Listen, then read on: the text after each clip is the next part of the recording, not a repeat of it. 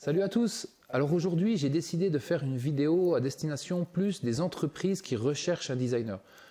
Donc si tu as une entreprise qui a besoin de refaire son identité visuelle, si tu te poses des questions sur ton branding, si tu as des interrogations sur le look que tu as envie de donner à ton entreprise, à ton projet, que tu sois dans le e-commerce, que tu sois fondateur d'une startup, que tu sois dans le marketing, responsable marketing, chargé de projet, dans la communication, cette vidéo va t'aider à éclaircir un peu la collaboration que tu pourras développer avec un designer. Cette vidéo s'adresse aussi aux jeunes designers parce qu'elle répertorie plusieurs années de travail, plusieurs années d'entretien, de collaboration que j'ai eu avec plein de clients, plein de prospects. Et grosso modo, c'est toujours les mêmes questions qui reviennent. Donc j'ai essayé de faire une compilation pour vous aider à démêler tout ça. Point numéro 1 que j'avais envie d'éclaircir avec toi, le petit conseil numéro 1 que je peux te donner, c'est de faire attention au jargon et à ta demande. Alors souvent, les clients, quand ils viennent me voir pour une identité visuelle, me parlent de logo. Ils me disent « j'aurais besoin de refaire mon logo ». Je pense que ce qu'ils veulent dire, c'est qu'ils ont besoin de refaire leur identité visuelle, c'est qu'ils se posent des questions sur leur positionnement visuel, sur leur ADN, sur l'ADN graphique, sur le storytelling visuel qu'ils ont envie de donner à leur entreprise ou à leur projet. De manière générale, ils utilisent le terme logo, donc ils me demandent si je peux faire leur logo, si je sais faire des logos, parce que je pense que le logo, c'est l'élément symbolique de cette identité visuelle, c'est vraiment le symbole. Donc c'est pour ça qu'en tête, ils utilisent le terme logo, mais voilà, moi je tiens à expliciter un peu les choses. Donc en termes de jargon, vous n'avez pas forcément besoin d'un logo, mais vous avez besoin d'une identité visuelle. Travailler sur le logo en tant que tel tout seul, ça se fait sur Fiverr, mais je ne vois pas personnellement l'intérêt et la valeur ajoutée de travailler juste sur un logo sans y amener tout l'univers qui va avec, tout l'univers graphique sur le storytelling visuel, sur l'ADN. Ensuite, les clients me parlent de charte graphique. Donc moi, de manière générale, dans mes prestations, c'est pas une charte graphique que je fournis, mais c'est clair que je fournis des typos, des couleurs, le logo et ses déclinaisons, quand le logo est horizontal, quand il est vertical, le logo qu'on va mettre sur la photo de profil, qu'on peut appeler aussi le logotype. C'est pas vraiment une charte graphique. En fait, une charte graphique, c'est vraiment un gros document qui est principalement utilisé par des multinationales qui sont implantées dans justement beaucoup de pays et qui travaillent avec énormément d'agences, énormément de designers, énormément de freelance, et ils ont besoin de vraiment une sorte de bible qui va compiler tous les use cases, tous les usages à respecter. Donc il y a des cartes de visite, il y a des flyers, il y a des designs, il y a des templates de sites internet, il y a des templates de boutons, il y a vraiment beaucoup d'informations qui sont compilées dans cette charte graphique. C'est un travail qui nécessite plusieurs semaines, voire plusieurs mois de travail.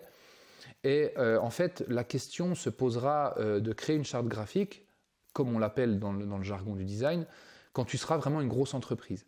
Si tu fais appel à un designer comme moi, en fait, je vais te fournir un logo avec ses couleurs, avec toutes les couleurs principales, des couleurs secondaires, des petites couleurs d'accent que tu vas mettre sur des icônes par-ci, par-là, sur ton site internet ou sur tes supports. Je vais aussi te fournir des polices de caractères, donc c'est une grosse recherche ça quand tu bosses sur un branding. Donc tu choisis des polices de caractères, en général il y en a 2, 3 maximum. Des polices de caractères pour les titres, pour les contenus. Je travaille aussi sur quelques supports au choix tu auras besoin pour inaugurer ta nouvelle identité visuelle. C'est clair que si on travaille sur ton application, si on travaille sur ton logo, sur tes interfaces, sur des flyers, on va te choisir des polices, on va te choisir des couleurs, on va te choisir des icônes. Tu auras tout ça, je vais te livrer tout ça, mais tu n'auras pas forcément une charte graphique comme moi je l'entends.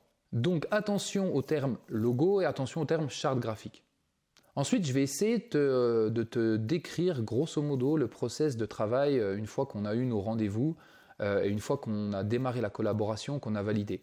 Et je vais revenir dans les points qui vont venir après dans la vidéo sur le contenu un peu de nos entretiens avant de commencer la collaboration. Mais en gros, une fois que tu as décidé de travailler avec un designer, tu as choisi ton designer, la collaboration, pour moi en tout cas, comment moi je la conçois et comment je la développe, c'est que en fait je prends quelques jours une fois que tu m'as donné tes infos sur lesquelles je vais revenir après. T'inquiète pas, je vais te dire quelles infos fournir au designer pour pouvoir bosser tranquillement, on appelle ça un brief. En fait, c'est que je prends quelques jours pour me mettre dans le bain, à partir des infos que tu m'as données justement, pour un peu sonder le marché, regarder tes concurrents, regarder des designs qui sont sortis il n'y a pas longtemps, m'inspirer, regarder dans des bouquins, des choses comme ça. Après, je fais le design, donc je fais vraiment du design sur Illustrator ou sur Figma, je choisis mes couleurs, c'est un peu comme un atelier. Et après, j'affine ça dans un dossier de présentation. Donc le livrable, de manière générale, quand je te fournis un branding, c'est un dossier de présentation. Donc là, à l'écran, je vais te mettre quelques exemples que j'ai fournis pour des clients pour que tu puisses voir exactement comment c'est. Donc en fait, cette présentation, elle comprend justement les polices de caractère un peu mises en situation, les couleurs, et également des mises en situation fictives de ton futur design. Je fais des bannières fictives, je fais des interfaces fictives. C'est juste pour te donner l'idée. C'est pas vraiment de l'interfaçage, c'est pas vraiment du design de cartes de visite, de choses comme ça, mais c'est des idées de support. Donc ça, je le fais sur 2, 3 ou 4 pistes. Tu choisis tes pistes préférées. En général, c'est 1 ou 2, et à partir de ces 2 pistes, on affine jusqu'à la livraison finale. Donc voilà grosso modo le process quand tu as besoin d'une identité visuelle. Voilà comment un peu je peux te décomposer la mission. Un autre conseil que je peux donner à mes clients, c'est d'essayer de définir ton objectif, de connaître ton objectif. Il faut savoir qu'un nouveau branding, une nouvelle identité visuelle, pour une entreprise, c'est un actif. Au même titre que certaines entreprises investissent dans des machines, dans des technos, investissent même dans de la ressource humaine, il faut savoir que l'identité visuelle que tu vas déployer sur tes nouveaux supports, c'est un vrai actif. C'est un actif immatériel, mais vraiment, c'est quelque chose qui va vraiment aider ton business à se développer. Tu vas être plus identifiable par rapport à tes concurrents, donc c'est vraiment un actif. Et quand on a un actif, on s'investit et on investit de l'argent. Donc en fait, il faut savoir pourquoi tu as décidé de refaire ton identité visuelle. Est-ce que c'est ergonomique? Tu trouves que les couleurs actuelles, le logo ne va pas forcément sur les interfaces, sur ta nouvelle app? Est-ce que justement tu as besoin de lever des fonds et justement séduire de nouveaux investisseurs? Est-ce que tu vas dans un nouveau marché et puis ce nouveau marché, il va être peut-être plus difficilement réceptif à ton identité visuelle actuelle? Donc voilà, l'idée c'est de savoir un peu pourquoi tu fais ça, et il faut quand même essayer de réfléchir un petit peu en amont au pourquoi du comment. Un autre conseil que je peux te donner, c'est de bien choisir le freelance avec lequel tu vas travailler. Donc pour ça, il y a pas mal de moyens en fait. Déjà, tu peux aller sur LinkedIn, voir si dans ton réseau, il y a des freelances qui sont actifs. Si tu as dans ton réseau des gens qui ont déjà travaillé avec un freelance, et auquel cas ils vont te le recommander.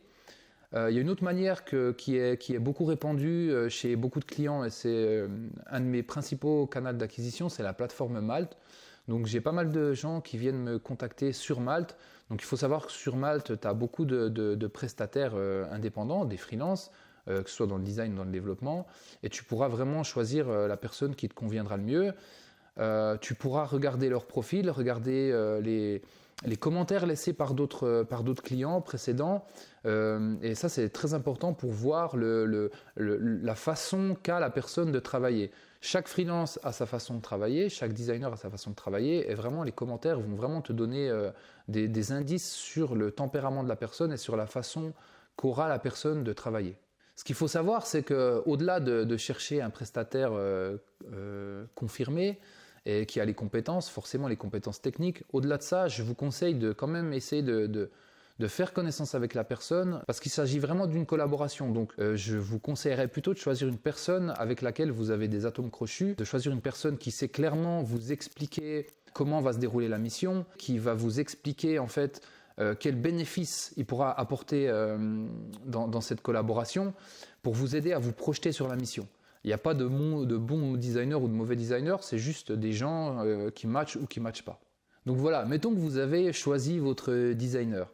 Donc là, le conseil que je peux vous donner, c'est vraiment de préparer la collaboration. Ce qu'il faudra faire, c'est dès le lancement de la mission, il faudra rassembler un maximum d'infos. Donc moi, par exemple, lors du premier appel de découverte, je demande à mes clients de vraiment faire des recherches sur les logos de leurs concurrents, sur les concurrents directs, indirects, pour vraiment se mettre dans le bain. Des logos qu'ils aiment bien, des identités visuelles qui leur plaisent, même si ce n'est pas forcément dans le même marché, il n'y a pas de souci. Tout ça, c'est pour avoir une base visuelle. C'est toujours bien, quand tu cherches le designer, de lui apporter vraiment de l'eau à son moulin pour que tu puisses l'inspirer en fait, que ce soit des liens, que ce soit des planches, des captures d'écran. Il y a pas de recette, il faut pas stresser avec ça, il faut pas forcément un vrai mood board, un vrai brief. Il faut balancer des infos au designer. Voilà, l'idée c'est de partager des idées avec le designer pour que lui il ait une référence visuelle. Ça ne veut pas dire qu'à partir de cette référence visuelle, le designer ou moi personnellement quand je vais faire la mission, je vais vraiment suivre à la lettre les préconisations. Il se peut même que je dise non, en fait c'est la mauvaise direction et c'est là que je vais commencer à réorienter le client. Un autre point que je peux te conseiller, qui est très important, c'est de vraiment monter une team. Évitez de faire des teams à 3, 4, 5 personnes, parce qu'en général, dans les teams à 3, 4, 5 personnes, et parfois on tombe sur du j'aime pas, et puis du coup on n'avance pas. Donc le mieux c'est de prendre une ou deux personnes, 3 maximum, avec idéalement un décisionnaire dans la boucle, dans la team, qui sera capable de prendre la décision et de valider. Ça fait gagner un temps fou. Ou alors, si vous n'avez pas de décisionnaire dans votre mini-team, essayez d'être convaincant le jour de la présentation et justement de ne pas laisser à vos décisionnaires trop l'opportunité de rechanger ce qui a été livré. Par exemple, si vous travaillez avec un freelance et vous avez travaillé pendant 2-3 semaines à préparer une identité visuelle, vous avez itéré, vous avez affiné, et vous proposez ça à votre N+1 ou aux cofondateurs ou aux actionnaires et sur un coup de tête comme ça, ils décident de tout changer. Il faut vraiment éviter ce genre de situation. Souvent, les gens qui ne sont pas inclus dans la boucle, ils arrivent en toute fin de chaîne et ils changent des choses auxquelles on a déjà pensé et c'est des problèmes qu'on a déjà résolus. Et rechanger tout ça, en fait, on repart à zéro ou alors on tombe dans des modifications interminables. Donc voilà, ce que je peux vous conseiller, c'est des équipes réduites qui travaillent efficacement avec idéalement quelqu'un qui est capable de valider définitivement les logos quand c'est convenable. Ensuite, un autre point que je voulais vous dire, c'est que c'est du boulot. Il ne faut pas croire que vous allez trouver un designer et il va tout faire automatiquement. Ça demandera, je préfère vous le dire, je préfère être transparent avec vous, ça demandera quand même de l'investissement de votre part, du temps, de l'énergie, de la réflexion aussi.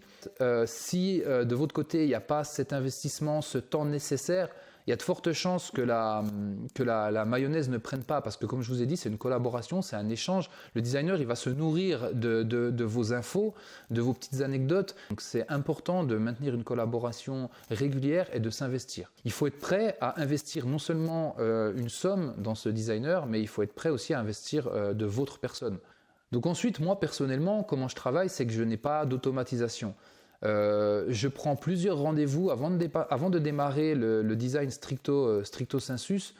Je prends du temps pour parler avec le client, pour échanger avec lui, pour essayer de lui tirer un peu les verres du nez, de savoir comment bossent les équipes en interne, comment sont vos clients, que pensent vos clients de vos produits, qu'est-ce qu'ils aiment dans votre entreprise, quelles sont les valeurs des fondateurs. Donc il faut quelqu'un qui vous aide à échanger. En fait, c'est une sorte de jeu de ping-pong, se renvoyer la balle pour connaître un peu le profil de l'entreprise. C'est un peu psychologique, entre guillemets.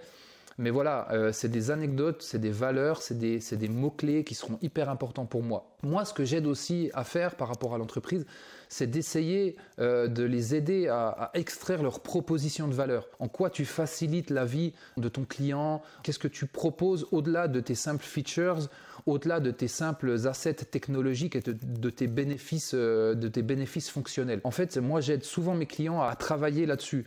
Par exemple, une fois, j'avais deux scientifiques qui travaillent dans les neurosciences qui sont venus me demander justement une identité visuelle.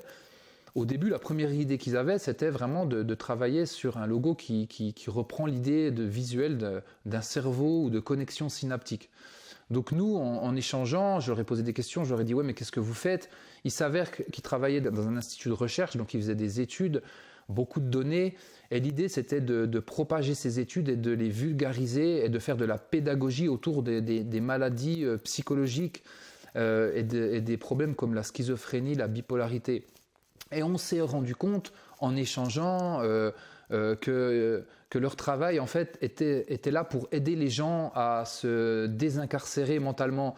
L'un des fondateurs m'avait dit ouais, en fait nos nos patients, c'est comme si c'était des personnes qui étaient enfermées dans leur propre tête. Donc moi, quand j'ai entendu le mot enfermé, directement l'idée du labyrinthe est venue, l'idée du labyrinthe dans lequel on a envie de sortir.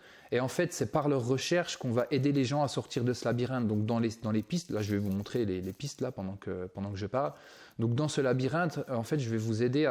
Notre institut va aider les personnes à sortir de ce labyrinthe. Donc le langage de l'architecture du labyrinthe était utilisé. Donc moi, ça m'a aidé à faire de la recherche graphique de ce côté. La cofondatrice m'a dit on aide aussi à faire avancer la recherche pas à pas, step by step. Donc moi, quand elle a dit step by step, en fait, j'ai utilisé l'image de l'escalier. Ensuite, elle a dit ouais, c'est vrai que l'idée d'escalier, c'est pas mal. Je verrais bien un escalier avec une porte qui s'ouvre au-dessus parce qu'en fait, toutes nos recherches, l'idée, c'est vraiment d'ouvrir des portes, en fait. Et du coup, voilà, dans les pistes qu'on a eues, il y avait cette notion de labyrinthe, de porte, d'escalier. Et du coup, on est plus sur une métaphore que sur un cerveau au sens littéral. Donc voilà, en fait, par exemple, si tu fais un logo pour un club de foot, évite de mettre un ballon. Donc voilà, l'idée de la proposition de valeur, pour moi, je trouve que c'est hyper important et voilà, c'est le point même central que tu vas trouver chez un designer senior. C'est des années d'expérience que je mets au service d'autres clients et plus j'ai de clients, plus j'ai cette expérience et plus je peux les aider justement à construire une identité visuelle qui repose vraiment sur quelque chose qui a vraiment du sens. L'idée, c'est vraiment de mettre une histoire dans l'identité visuelle et il n'y a qu'en faisant ce travail un peu psychologique, ce travail d'échange que ça se passe. Je considère que chaque client est différent, donc en fait, je préfère baser mes prestations sur l'échange, sur le dialogue, sur faire connaissance et créer une sorte de proximité avec mes clients. Il n'y a que comme ça que j'arrive à créer une identité visuelle qui a une histoire, qui a du sens. J'espère que cette vidéo a pu vous aider à vous éclaircir. Donnez-moi en commentaire vos avis, vos impressions. Si vous êtes un potentiel client, un prospect, n'hésitez pas à m'appeler, même si vous n'avez pas l'intention de passer par moi. Moi, je donne une grande partie de mon temps à faire du conseil parce que j'estime que ça fait partie de mon métier, sans forcément être payé, de conseiller les entrepreneurs, de conseiller les gens, d'essayer de les aider à comprendre les métiers du design. Donc n'hésitez pas à m'appeler si vous avez des questions. Je suis là pour vous aider. Je suis là pour aider aussi les designers juniors. Donc les designers juniors, si vous avez des questions, n'hésitez pas à m'écrire dans les commentaires ou à écrire directement sur mon LinkedIn ou comme vous voulez. Et je vous dis à très bientôt pour de prochaines vidéos qui vont arriver dans les jours à venir.